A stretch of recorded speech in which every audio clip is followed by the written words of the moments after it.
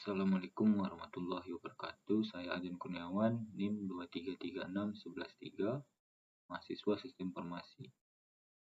Saya akan menjelaskan jawaban atau memvalidasi setiap jawaban dari soal-soal yang tertera pada layar. Adapun pada 5 soal ini, yang pertama kita akan menjelaskan apa itu definisi audit, fungsi, peran auditor, pengendalian, serta risiko.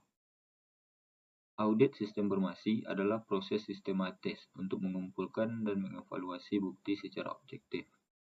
Fungsi utamanya adalah untuk melindungi aset, menjaga integritas data, dan mencapai tujuan organisasi dan memastikan efisiensi.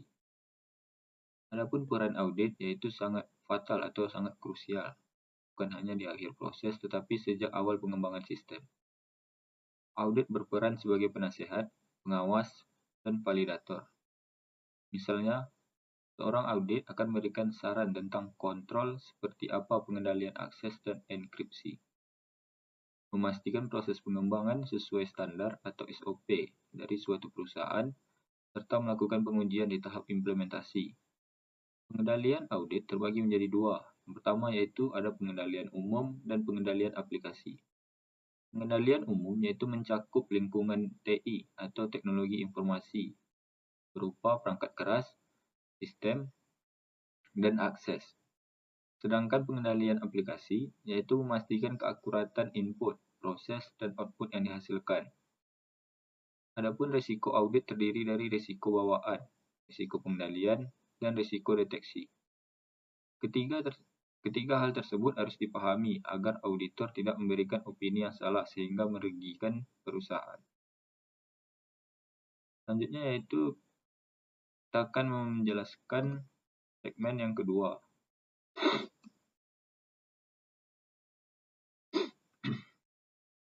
Yaitu tentang tahapan pelaporan dan hubungan keamanan informasi. Proses audit sistem informasi memiliki 4 tahapan atau proses.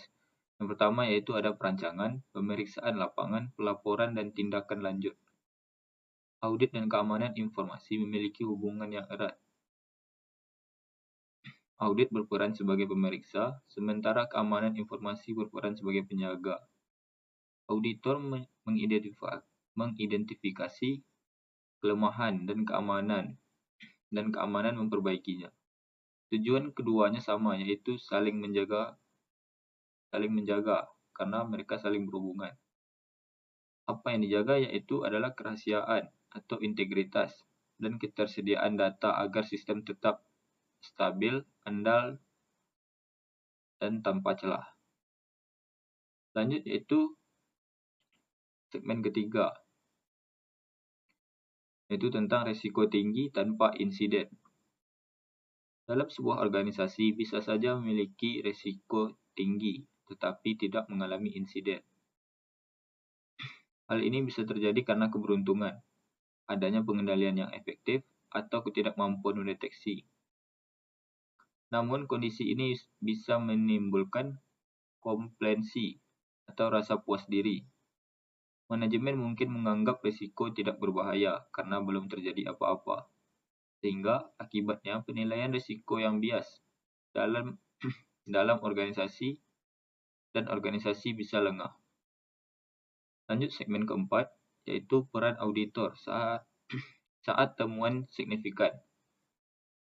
Ketika auditor menemukan kelemahan signifikan, tugasnya yaitu tidak berhenti pada pelaporan, tetapi seorang auditor harus menjadi mitra strategis bagi perusahaan atau organisasi. Langkah yang bisa diambil atau dilakukan seorang auditor antara lain ialah memberikan rekomendasi konstruktif, bertindak sebagai konsultan tanpa kehilangan independensi, dan membantu mengidentifikasi akar masalah. Untuk mengurangi risiko audit, seorang auditor perlu meningkatkan kompetensi, memanfaatkan teknologi, dan menggunakan pendekatan berbasis risiko, dan membangun hubungan yang baik dengan manajemen. Lanjut segmen terakhir yaitu segmen kelima. Adapun pembahasannya yaitu tentang kendala audit internal dan solusi. Dalam audit internal, ada banyak kendala yang mungkin muncul. Seperti contoh, keterbatasan SDM, itu sumber daya manusia, resistensi dari audit, kurangnya independensi, ruang lingkup yang tidak jelas, dokumentasi sistem yang minim, data yang tidak akurat, keterbatasan waktu, biaya audit yang tinggi, temuan berulang, dan rendahnya budaya pelaporan. Adapun solusi yang bisa diambil antara lain, yaitu perekrutan dan pelatihan, pendekatan persuasif, menjaga independensi, struktur audit, membuat TOR yang jelas, reverse engineering untuk dokumentasi, menggunakan teknik CAATS untuk data, audit berbasis risiko, optimisasi teknologi, serta menggali akar masalah dan membangun mekanisme whistleblowing yang aman. Dengan solusi tersebut, audit internal bisa berjalan lebih efektif dan memberikan nilai tambah bagi organisasi atau perusahaan yang diampu. Mungkin segitu saja untuk memvalidasi pertanyaan-pertanyaan yang terpapar pada layar. Demikian penjelasan saya mengenai audit sistem informasi. Semoga bermanfaat dan bisa memberi gambaran jelas tentang peran seorang auditor dalam bidang audit dalam menjaga keamanan sistem. Sekian, terima kasih.